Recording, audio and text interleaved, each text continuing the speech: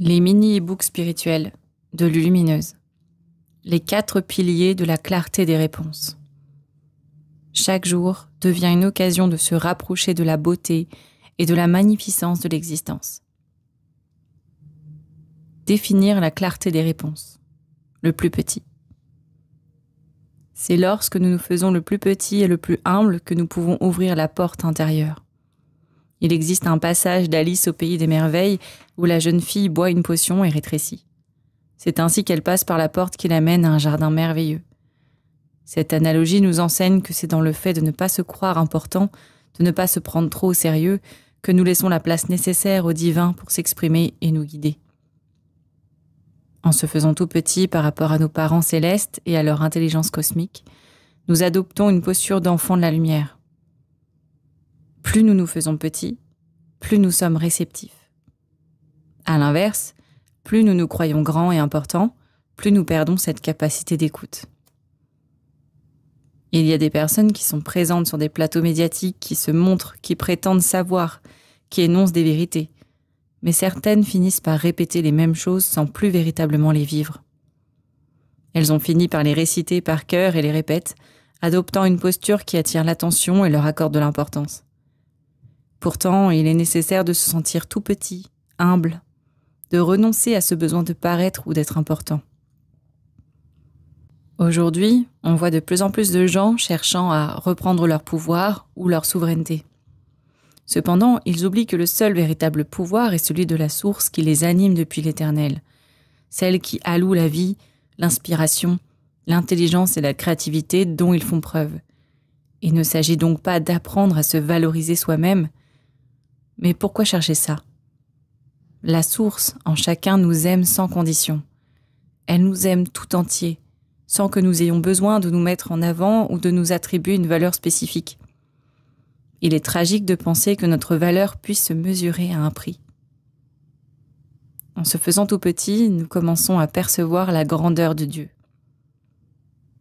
Un personnage qui se présente avec une grande stature et qui exige « Dieu, parle-moi » laisse peu de place pour l'écoute. Avec une telle attitude, il devient difficile de recevoir. Les stratégies des êtres du plan causal sont en liaison avec les hautes sphères de plans astraux, qui sont peuplées d'êtres magnifiques, parfois présents dans notre quotidien pour nous transmettre leur sagesse.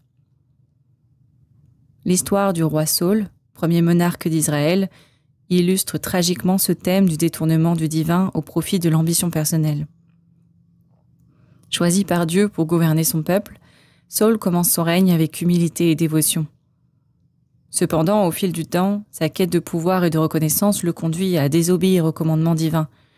Lorsqu'il préfère offrir des sacrifices à Dieu plutôt que d'attendre le prophète Samuel, il démontre un mépris pour la volonté divine en faveur de son propre statut.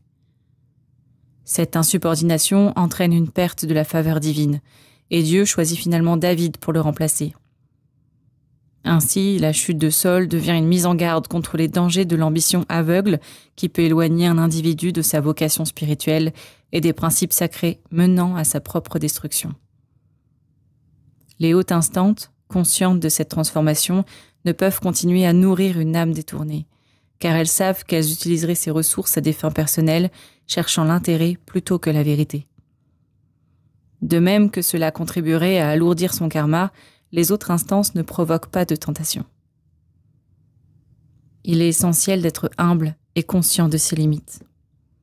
Si on s'intéresse à la vie de certains mystiques, on constate qu'ils incarnent cette humilité. Ils sont parfois jeunes, innocents, et leur bonté est profonde. Leur force réside dans leur capacité à laisser la place à l'intelligence divine, sans chercher à la contrôler. Ils savent que le divin invite à rester modeste pour ne pas se détourner de son amour. La jarre purifiée. Même l'eau, la plus pure, ne peut être bénéfique si elle est versée dans un contenant souillé. Une jarre souillée rendra l'eau imbuvable, quelle que soit sa qualité. Il n'est donc pas envisageable de recevoir avec clarté tant que notre coupe intérieure n'est pas purifiée. Cette purification parle d'une introspection sincère de nos désirs. Imaginez-vous comme une jarre. Vos désirs égotiques peuvent représenter les impuretés qui s'y accumulent. Lorsque nous exprimons des désirs fortement personnifiés, motivés par une volonté uniquement personnelle, comme le désir ardent de richesse, d'être meilleur que l'autre, de posséder, de contrôler telle chose ou telle personne, nous nous enfermons dans une prison que nous avons nous-mêmes érigée. De l'autre côté, une demande ouverte et détachée telle que « Je sais que l'intelligence qui régit la création œuvre pour le bien de tous, y compris le mien, qu'il en soit fait selon sa volonté » témoigne de notre harmonie avec l'unité. Les désirs ancrés dans notre inconscient peuvent nous éloigner de ce principe originel.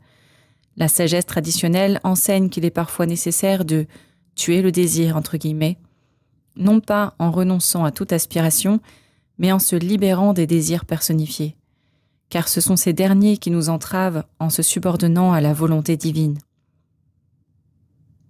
Lorsque nous cessons de désirer activement une réponse personnelle et que nous nous concentrons à élever notre niveau de pensée, nous découvrons que les réponses émergent naturellement. C'est dans cette purification intérieure, en nous affranchissant de nos désirs égoïstes, que nous nous rapprochons de notre essence véritable. Voilà le secret de l'Immaculée Conception. L'humain purifié peut être fertilisé par le divin. Il s'approche de la source avec une jarre purifiée. Libéré du désir inférieur, il accède à la véritable liberté, celle qui ne dépend plus des caprices de son « je » personnifié. Ainsi reçoit-il des inspirations claires, semblables à de l'eau cristalline qui jaillit de la source. Lorsque la coupe est encombrée de désirs obscurcis par l'inconscient, ce que nous recevrons sera inévitablement altéré. Nous risquons alors de nous perdre dans des interprétations floues, croyant discerner un message alors que nous sommes prisonniers de nos propres aspirations. L'image de la jarre est donc essentielle. Sans purification, il ne peut y avoir de clarté ni de message authentique. Il est légitime d'étudier l'origine de nos désirs afin d'apprendre à faire la distinction entre des désirs personnels et les aspirations plus profondes. Lorsqu'une aspiration véritable émerge de l'être, elle dépasse le cadre d'un simple désir personnel. Elle est souvent liée à un idéal collectif qui prend racine dans le désintéressement et le service, transcendant notre individualité. L'unité de la présence. Imaginez un moment partagé autour d'une table où l'échange est authentique et le repas devient une célébration. Dans ces instants, lorsque nous sommes pleinement engagés et absorbés par la scène, nous ressentons une connexion profonde avec ceux qui nous entourent. Ce sentiment d'être totalement présent nous libère des préoccupations extérieures et nous permet d'accéder à un plan d'unité. Lorsque nous sommes préoccupés par le temps ou par des pensées qui nous éloignent de l'instant, nous nous divisons. Cette division crée une barrière qui nous empêche de recevoir les messages ou les informations claires. La clé réside dans notre capacité à nous ancrer dans le moment présent. Parfois même, dans des activités apparemment banales, comme laver la vaisselle, nous pouvons trouver cet espace de plénitude. En plongeant nos mains dans l'eau chaude, nous pouvons ressentir un sentiment de satisfaction et de gratitude pour notre vie et nos proches.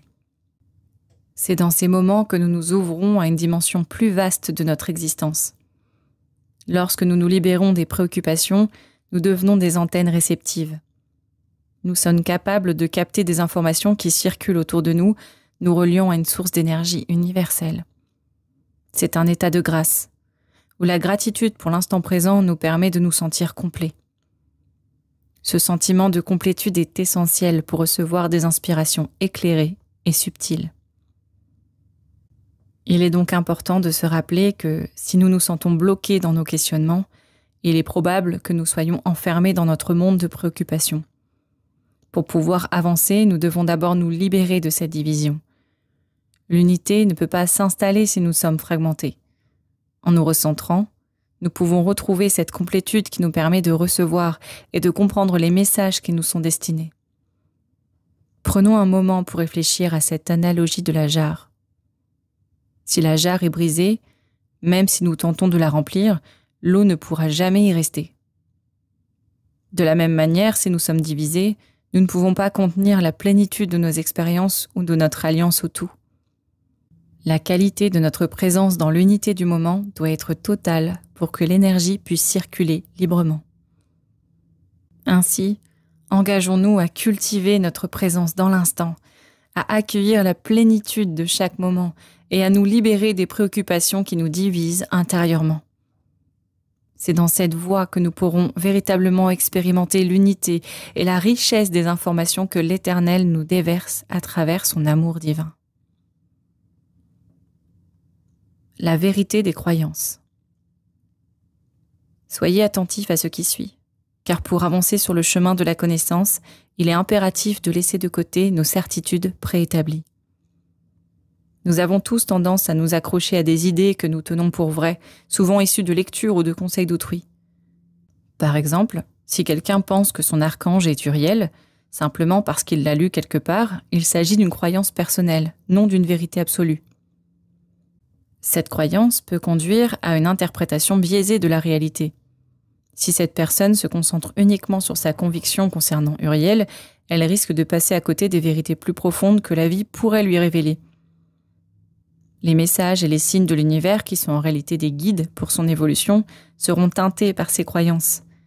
Ainsi, elle pourrait rater des enseignements cruciaux simplement parce qu'elle est convaincue de ce qu'elle croit savoir. Beaucoup de gens viennent faire des demandes à la source avec des questions déjà façonnées par leurs croyances. Ils cherchent des réponses, mais leurs questions sont souvent imprégnées de leurs certitudes. Par conséquent, la réponse est compromise. L'interprétation des événements de la vie est ainsi filtrée parce que l'individu croit savoir, ce qui limite sa capacité à recevoir des vérités élargies et plus profondes. Le sage reconnaît que croire, savoir, limite sa réceptivité, et ce dans tous les domaines de la vie incarnée. La croyance devient une sorte de barrière qui nous empêche d'accéder à une compréhension plus authentique et plus vaste de la réalité. Pour vraiment apprendre et grandir, nous devons aborder chaque situation, chaque enseignement avec un esprit ouvert, en acceptant que nous savons rien ou très peu. Cela s'applique à tous les aspects de notre existence. La tendance à croire que nous savons ce qui est vrai, que ce soit au sujet de la science, de la santé ou de la spiritualité, nous enferme dans un cadre étroit. Prenons le temps de remettre en question nos certitudes et d'accueillir le vide comme un moyen d'accéder à une connaissance plus profonde. Un prêtre qui, ayant consacré sa vie à suivre les dogmes religieux avec beaucoup de rigueur et de discipline, a cru qu'il avait assuré son salut par sa conformité aux principes dictés par sa religion. Lors de son passage vers l'au-delà, il a été confronté à la réalité de son existence. Bien qu'il ait suivi les règles à la lettre, il a réalisé qu'il ne connaissait pas Dieu dans sa véritable essence. Cette révélation l'a emmené à comprendre que le véritable savoir ne réside pas dans la répétition des croyances, mais dans l'expérience directe de l'union avec la réalité divine. Ainsi, pour recevoir des vérités claires et profondes, il est sage d'abandonner toute forme de croyance. Nous devons nous ouvrir à l'expérience, à l'intuition, et laisser de côté nos certitudes. C'est ainsi que nous pouvons véritablement accéder à la lumière de la connaissance et à l'unité avec l'univers. De la même manière, si notre jarre est déjà remplie, nous ne pouvons accueillir les eaux divines. Et si elle est remplie à moitié de vin, alors l'eau en prendra sa couleur, aussi pure soit-elle. Gardons à l'esprit que le chemin vers la vérité nécessite une grande humilité en tout point de vue. Acceptons de ne pas croire afin que chaque instant, chaque rencontre et chaque enseignement soit une occasion d'apprendre et d'évoluer. Bouddha a dit : « Ne croyez pas aveuglément ce que je dis. Ne me croyez pas parce que d'autres vous convainquent de mes paroles. Ne croyez pas tout ce que vous voyez, lisez ou entendez des autres, qu'il s'agisse d'autorités, d'enseignants religieux ou de textes. Ne vous fiez pas uniquement à la logique, ni à la spéculation. Ne déduisez pas et ne vous laissez pas tromper par les apparences. Découvrez par vous-même ce qui est vrai et vertueux. » Conclusion. Il est sage d'apprendre à nous faire humbles et petits, car c'est dans cette humilité que nous pouvons réellement entendre ce qui nous entoure. La purification de nos désirs est un processus essentiel. Une jarre sale ne peut contenir d'eau pure. Tout comme notre cœur doit être pur pour accueillir le véritable amour et la sagesse. L'union intérieure est également fondamentale, car la division nous empêche d'incarner le point divin. La séparation intérieure, générée par des pensées d'insécurité, crée un rempart entre nous et la source omnisciente, qui réside au cœur de notre être. En nous concentrant sur l'harmonie et l'unité, nous pouvons véritablement progresser. Enfin, il est important de laisser de côté la croyance aveugle pour embrasser le véritable savoir né de l'expérience, car c'est en étant ouverts à l'apprentissage que nous pouvons grandir.